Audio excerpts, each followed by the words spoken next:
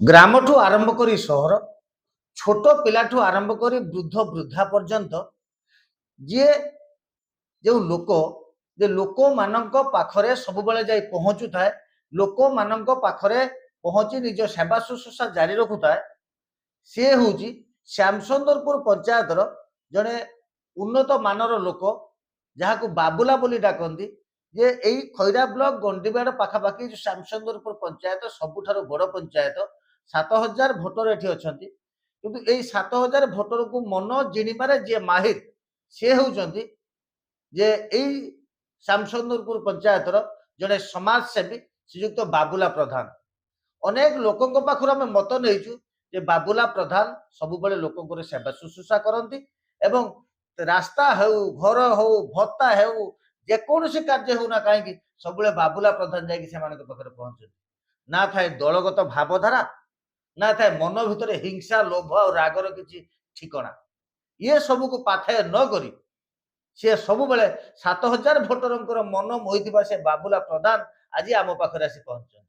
ଆମେ ତାଙ୍କ ପାଖରୁ ସ୍ପଷ୍ଟ ପ୍ରତିକ୍ରିୟା ନେବା ଯେ ପ୍ରକୃତରେ ଯେ କାହିଁକି ସମାଜ ପ୍ରତି ତାଙ୍କର ଏତେ ମନ ହେଲା, ସମାଜକୁ ସାହାଯ୍ୟ କରିବା ପାଇଁ, ଲୋକମାନଙ୍କୁ ସାହାଯ୍ୟ କରିବା ପାଇଁ କାହିଁକି ଏତେ ମନ ହେଲା, କ'ଣ ତାଙ୍କର ଅଛି ବ୍ୟକ୍ତିଗତ ଉଦ୍ଦେଶ୍ୟ, ସେ ସମ୍ପର୍କରେ ଆସନ୍ତୁ ସ୍ପଷ୍ଟ ପ୍ରତିକ୍ରିୟା ନେବା। ଭାଇ, ପ୍ରଥମେ ବଡ଼ ଖବରକୁ ସ୍ୱାଗତ କରିବି ଯେ ଆଜି ଆପଣ ବର୍ତ୍ତମାନ ପାଇଁ ଅଛନ୍ତି ପଞ୍ଚାୟତରେ, ବର୍ତ୍ତମାନ ଭତ୍ତା କାର୍ଯ୍ୟକ୍ରମ ଚାଲୁଛି। ବର୍ତ୍ତମାନ ଆପଣ ଭତ୍ତା ନେବା କାର୍ଯ୍ୟକ୍ରମରେ ସାହାଯ୍ୟ ସହାନୁଭୂତି କରୁଛନ୍ତି ବର୍ତ୍ତମାନ ଯେ ବୃଦ୍ଧ ବୃଦ୍ଧା ଆସୁଛନ୍ତି, କାହିଁକି ଭାଇ, କ'ଣ ପ୍ରକୃତରେ ଉଦ୍ଦେଶ୍ୟ? ସର୍ବପ୍ରଥମେ ବଡ଼ ଖବରକୁ ମୋର ପ୍ରଣାମ।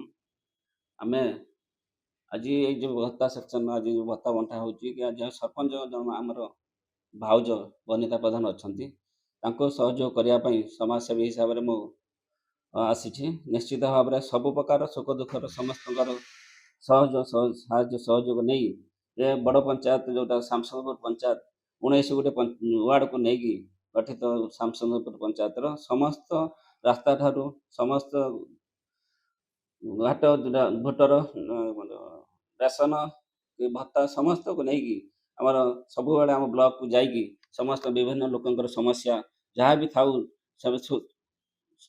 ଖୁବ୍ ଶୀଘ୍ର ତାର ସମାଧାନ କରିବାକୁ ଚେଷ୍ଟା କରୁଛି। ଆଚ୍ଛା ଭାଇ, ଆଉ ଗୋଟେ କଥା ଦେଖନ୍ତୁ, ଟିକେ କହିବି ଯେ ଆପଣ ସବୁବେଳେ ଲୋକମାନଙ୍କ ସେବା ଶୁଶ୍ରୂଷା କରୁଛନ୍ତି ବୋଲି ଲୋକମାନେ ମତ ଦିଅନ୍ତି, ଆମେ ଏକଥା ଜାଣିଛୁ ସ୍ପଷ୍ଟ ଭାବରେ। କିନ୍ତୁ ଭାଇ, ରାତି ପାହିଲେ ହେବ ପଞ୍ଚାୟତ ନିର୍ବାଚନ, ଯେ ପଞ୍ଚାୟତ ନିର୍ବାଚନର ଯେ ପ୍ରକୃତରେ ଆପଣ ଏ ନିର୍ବାଚନରେ ଆପଣ ଛିଡ଼ା ହେବେ ବା ଜିତିବେ ବୋଲି ମନେ ରଖିବେ ବା ଲୋକମାନଙ୍କ ସେବା ଶୁଶ୍ରୂଷା କରିବେ, ଏମିତି ଟାଇପର ଗୋଟେ ବ୍ୟକ୍ତିଗତ କିଛି ଉଦ୍ଦେଶ୍ୟ ଅଛି କି? ନା, ବ୍ୟକ୍ତିଗତ ଉଦ୍ଦେଶ୍ୟ କିଛି ନାହିଁ। ନିଶ୍ଚିତ ଭାବରେ ସିଟ୍ କ'ଣ ହେଉଛି, ନିଶ୍ଚିତ ଭାବରେ ଯଦି ଆମର ଯେଉଁଭଳି ଭାବରେ ପଞ୍ଚାୟତର ବର୍ତ୍ତମାନ ସହଯୋଗ ରହିଛି, ନିଶ୍ଚିତ ଭାବରେ ଯଦି ସମସ୍ତେ ଲୋକମାନେ ଚାହାନ୍ତି, ନିଶ୍ଚିତ ଭାବରେ ମୁଁ ପୁଣି ଥରେ ଛିଡ଼ା ହେବି। ପ୍ରଥମେ ଷ୍ଟେଜ୍ରେ ମୁଁ ଛିଡ଼ା ହେଇଥିଲି, ହାରି ଯାଇଥିଲି। ଦ୍ୱିତୀୟ ଷ୍ଟେଜ୍ରେ ମୋର ଭାଉଜ ଛିଡ଼ା ହେଇଥିଲେ, ଜିତିଛନ୍ତି ବର୍ତ୍ତମାନ। ପରବର୍ତ୍ତୀ ସମୟରେ ସିଟ୍କୁ ନେଇକି ଯାହା ହେବ ନିଶ୍ଚିତ ଭାବରେ ଲୋକମାନଙ୍କର ନିଶ୍ଚିତ ସମର୍ଥନ ରହିଛି, ନିଶ୍ଚିତ ଭାବରେ ମୁଁ ଛିଡ଼ା ହେବି। ଆଚ୍ଛା, ବର୍ତ୍ତମାନ ପାଇଁ 7,000 ଭୋଟର ଅଛନ୍ତି। 7,000 ଭୋଟରଙ୍କ ପାଖରେ ଏବେ ଆଉ କ'ଣ କିଛି କାର୍ଯ୍ୟ ବାକି ଅଛି କି? ଯେ ଘର, ରାଜ୍ୟ ସରକାରଙ୍କର ଏକ ପଦରେ ପ୍ରକାଶ କରିବାକୁ ଗଲେ ରାଜ୍ୟ ସରକାରଙ୍କର ଯେତିକି ଯୋଜନା ଅଛି ସବୁ ଯୋଜନା ସାଧାରଣ ଲୋକଙ୍କ ପାଖରେ ପହଞ୍ଚି ପାରିଛି କି? ନା, ବର୍ତ୍ତମାନ ପାଇଁ ଯେଉଁ ବିଜେପି ସରକାର ଆସିଲେ, ଆଗରୁ ଯେଉଁ ବିଜେଡି ସରକାର ଥିଲେ, ନିଶ୍ଚିତ ଭାବରେ ଯାହା ବି ଅଣା ଅଧିକ ଫୁଲଫିଲ୍ ହେଉଥିଲା, ବର୍ତ୍ତମାନ ଜଣେ 2 ମାସର ବର୍ତ୍ତମାନ ଭତ୍ତାରେ ଯେଉଁଟାରେ ଆକାଉଣ୍ଟକୁ ଯାଉଛି, 2 ମାସର ଭତ୍ତା ପାଇନାହାନ୍ତି ସେମାନେ, ଯେଉଁଟାକି ଲୋକମାନେ ଆସି ଅଭିଯୋଗ କରୁଛନ୍ତି। ଆମେ କ'ଣ ପାଇଁ ସେ ସମସ୍ୟା ତ ତାଙ୍କର ଯାହା ବି ହେଇଥାଉ, ଆମେ ତା ଲୋକ ମଧ୍ୟ ଆସ୍ତେ ଆସ୍ତେ ଧୀରେ ଧୀରେ ତାଙ୍କୁ ସମର୍ଥନର ବାଟ ଦେଖାଇବା କି ହଁ ନିଶ୍ଚିତ ପାଇବେ ବୋଲି ଆଶା ଦେବା। ଆମେ ତ ତାଙ୍କୁ କୌଣସି ପ୍ରତିପକ୍ଷ ଭାବରେ ବିରୋଧ କରିପାରିବାନି ନା। ନିଶ୍ଚିତ ଭାବରେ ତାଙ୍କୁ କହିବା ଯେ ପରବର୍ତ୍ତୀ ସମୟରେ ଆସିବ, ଅପେକ୍ଷା କରନ୍ତୁ, ଧୈର୍ଯ୍ୟ ଧରନ୍ତୁ। ଏଭଳି ଭାବରେ ଲୋକଙ୍କ ସହିତ ସହଯୋଗ କରିକି ଲୋକଙ୍କ ସମର୍ଥନଟାକୁ ଜିଣିବାର ଅଛି। ଯେ ଏଇ ଯୋଉ ଗଣ୍ଡିବାଡ଼ ପାଖାପାଖି ଶ୍ୟାମସୁନ୍ଦରପୁର ପଞ୍ଚାୟତ ଖଇରା ବ୍ଲକର ଏ 7,000 ଭୋଟର ବର୍ତ୍ତମାନ ପାଇଁ ଗୋଟିଏ ପଟରେ ଚାହୁଁଛନ୍ତି, ବୋଧହୁଏ ଅନେକ ଲୋକଙ୍କ ପାଖରେ ଆମେ ମତ ନେଇଛୁ ଯେ ଯୁବ ପ୍ରତିଭା ଜଣେ ଆସୁ ଏବଂ ସିଏ ଯୁବକ ମାନଙ୍କୁ ବା ଯିଏ ଅଛନ୍ତି ପରିବାରର ବର୍ତ୍ତମାନ ୟଙ୍ଗ ଷ୍ଟେଜରେ ଯୋଉମାନେ ଅଛନ୍ତି ସେଇମାନେ ବର୍ତ୍ତମାନ ପାଇଁ ଲୋକଲୋଚନକୁ ଆସନ୍ତୁ ଏବଂ ସାଧାରଣରେ ଯୋଉ ଯୋଜନା ମାନ ଅଛି ସେ ଯୋଜନା ମାନ ତାଙ୍କ ପାଖରେ ପହଞ୍ଚୁ। ଏ ସମ୍ପର୍କରେ ଭାଇ କ'ଣ କହିବି? ବର୍ତ୍ତମାନ ଆମର 2011 ଜନଗଣନା ଅନୁସାରେ 7,000 ଭୋଟର ଥିଲେ। ବର୍ତ୍ତମାନ ଏଇ ଯେଉଁ ଜନଗଣନା ଚାଲିଛି ନିଶ୍ଚିତ ବହୁତ ବଢ଼ିବେ।